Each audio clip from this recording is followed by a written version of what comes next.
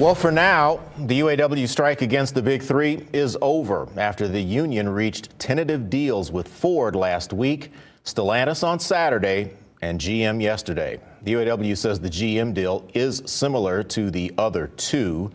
Workers get a 25% wage increase over the contract, along with cost of living allowances, which effectively make it a 33% raise. The agreement eliminates several wage tiers, improves retirement across the board, and gives workers the right to strike over plant closures. Wayne State University business professor Merrick Masters says the union got what it wanted. Now the companies have to make it all work. But over the course of the last 6 days, working around the clock, we have reached tentative agreements across each of the Big Three. UAW President Shawn Fain speaking to members on Facebook Monday night, announcing the third and final tentative contract deal with General Motors, reached after a marathon bargaining session. The result is one of the most stunning contract victories since the sit-down strikes in the 1930s. But at what costs? So when you have significant cost increase like that, the companies just can't eat them.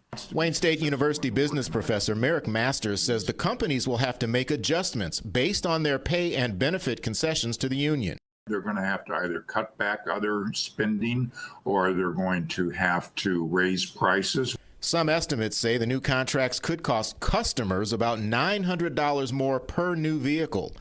Another concession, giving union members the right to strike over plant closures. That is our most powerful tool against these companies trying to kill our jobs and gut our communities. Masters calls that major. I think an obvious question is going to be for investors and others is, have they essentially restricted themselves so much that they lose the flexibility they need to be competitive? And on the competition topic, Shawn Fain wants the next contract talks in 2028 to include more than the Big Three, suggesting the union will try again to organize workers at Nissan, Toyota, and Tesla, an effort that has failed over 2 decades. Do you see that changing at all in the next 4.5 years? I think it will be something that they will continue to face an uphill battle. It's not going to be easy. Now, it could still be a week or so before full ratification votes take place. Based on the UAW process, they should happen in the order of agreements, meaning Ford first, then Stellantis, and finally GM.